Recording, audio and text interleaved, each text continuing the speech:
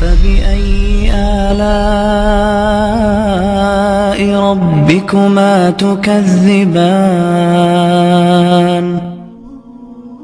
اسلام کے انتہا کیا ہے؟ کھانا کھلانا، سخاوت، میٹھا بول بولنا۔ میٹھے بول پہ کیا پیسے لگتے؟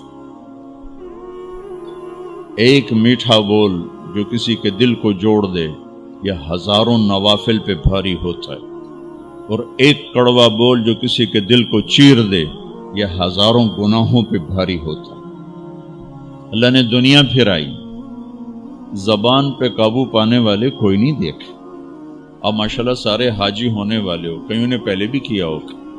اب کراچی میں پھرو، آپ کو ماشاءاللہ لاکھوں نمازی ملیں گے، لاکھوں روزہ رکھنے والے ملیں گے، لاکھوں خیرات کرنے والے ملیں گے، ہزاروں علماء ملیں گے، لاکھوں حفاظ ملیں گے، لیکن میں درد سے کہتا ہوں یہ 3 کروڑ میں تمہیں 3 زبان پہ قابو پانے والے نہیں ملیں گے، نہ مرد نہ عورت۔ اتنے تھوڑے ہیں کہ ہیں ہی کوئی نہیں۔ وہ جو بیچتے تھے دوائے دل وہ دکان اپنی بڑھا گئے۔ کہ زبان پہ قابو پانا اور اس کو ناپ تول کے استعمال کرنا۔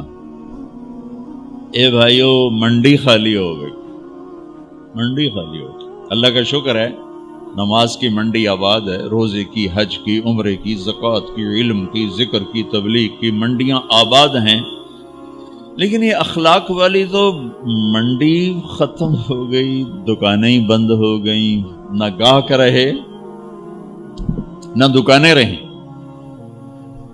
نہ اس کی کمی کا احساس ہے۔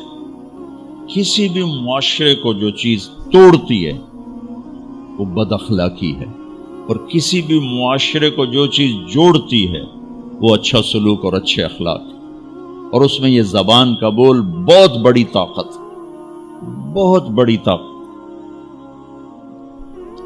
تو اسلام کیا بتایا؟ کھانا کھلانا، میٹھا بول بول۔ اب لقمان علیہ السلام کا فرمان ہے، بیٹا چپ رہنے پہ کبھی نہیں پچھتایا، جب بھی پچھتایا اپنے بول پہ پچھتایا۔ اور زبان سے متعلق میں روز سناتا ہوں یہ حدیث۔ آپ نے کہا معاذ تمہیں سارے دین کا خلاصہ بتاؤں؟ کیا جی بتائیں؟ سارا دین 114 قرآن کی سورتیں، 10 لاکھ میرے نبی کی احادیث مبارکہ کا خلاصہ بتاؤں؟ کہ جی بتائیں؟ تو اب مجھے دیکھیں، اب نے یوں کیا،